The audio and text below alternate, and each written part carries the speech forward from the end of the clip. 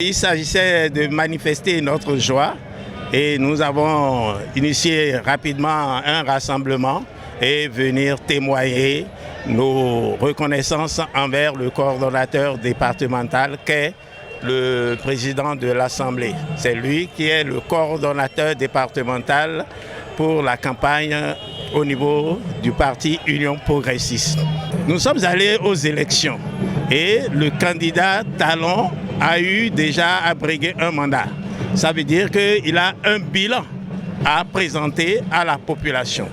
Donc c'est ce bilan que nous avons essayé de partager avec la population.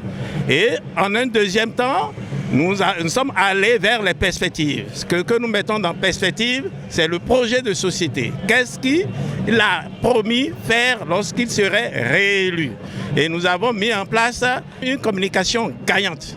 Donc du point de vue communication, nous sommes allés vers la base. Et comme j'ai eu à le dire tantôt, toutes les réalisations dont la ville de Porto Novo a bénéficié par exemple, nous avons essayé de partager ça avec la population et les réalisations qui sont annoncées aussi, nous avons mis ça à leur disposition. Et nous sommes en train de constater aujourd'hui que la population a adhéré à ce projet de société, ce qui a conduit à ce résultat de 86,36% que nous sommes en train de constater. Bien sûr, ce sont des résultats provisoires proclamés par la Sénat.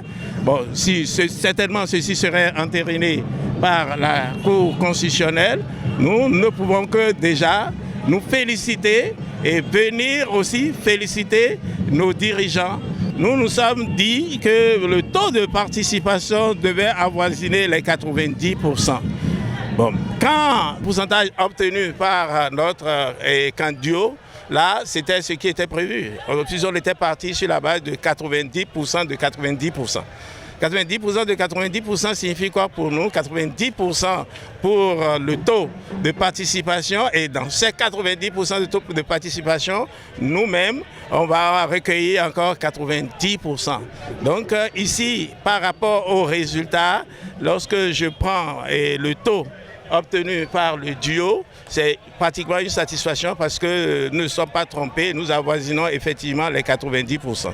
Bon, maintenant, quant au taux de participation, bon, on n'est pas trop satisfait, mais on a pu quand même trouver une justification à cela. C'est que la population n'a pas encore compris que ce n'est pas l'argent qui suscite le vote. C'est déjà bien qu'on commence à habituer, à montrer à la population que l'achat du vote ne doit plus être d'actualité. Il faut qu'on arrive à finir avec ça et montrer la pertinence de ce que c'est le projet de société qui doit être l'élément déterminant pour l'expression du vote. Ou bien c'est le bilan. Lorsque quelqu'un veut renouveler son mandat, il est question de s'interroger sur ce qu'il a fait pendant ces 5 ans avant de prétendre encore solliciter leur suffrage.